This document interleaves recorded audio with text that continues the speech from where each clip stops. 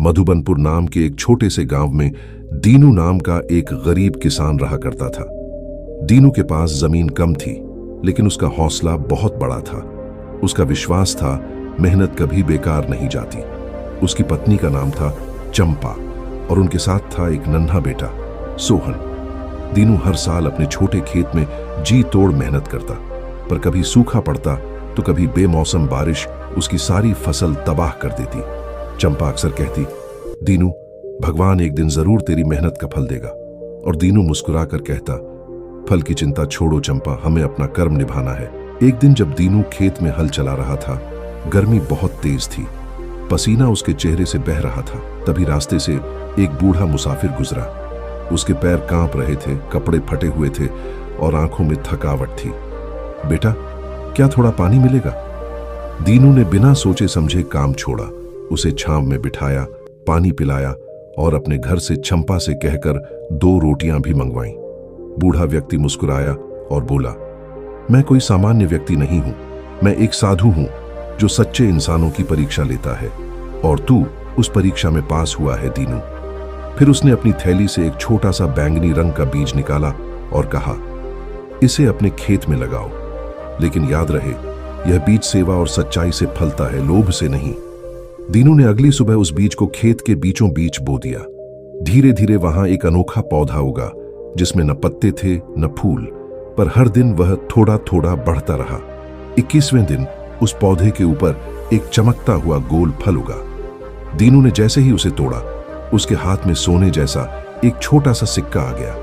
दीनू चकित रह गया। अगले दिन फिर वही, एक फल एक सिक्का। अब हर दिन ऐसा होने लगा। कुछ ही महीनों में दीनू के पास पर्याप्त धन हो गया, लेकिन उसने एक दिन भी अपनी सादगी नहीं छोड़ी। उसने गांव के टूटे स्कूल की मरम्मत करवाई, गरीबों के लिए एक अन्न भंडार खुलवाया और अपने खेतों में गांव के बेरोजगार युवाओं को काम देना शुरू किया। पर गांव का ही एक किसान था, शंकर, जो दीनू की सफलता से जलता था। वह बहुत लालची और ईर्ष्यालु था। एक रात शंकर चुपके से दीनू के खेत में घुसा और उस जादुई पौधे का एक फल चुरा कर खा गया।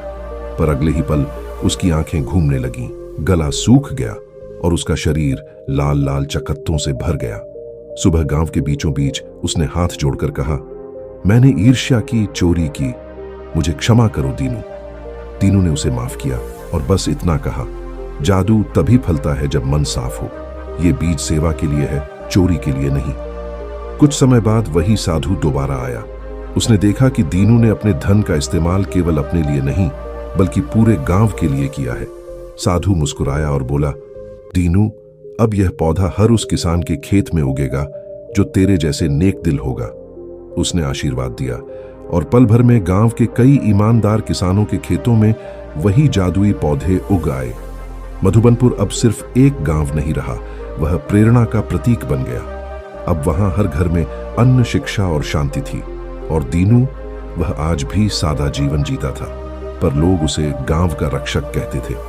सीख, जब आप सच्चे मन से सेवा करते हैं तो ईश्वर आपको ऐसे फल देता है जो अकेले नहीं, पूरे समाज को तृप्त करते हैं। सच्चाई, सेवा और धैर्य, यही असली जादू है। अगर आपको ये कहानी पसंद आई हो तो वीडियो को लाइक करें, चैनल को सब्सक्राइब करें, कमेंट करें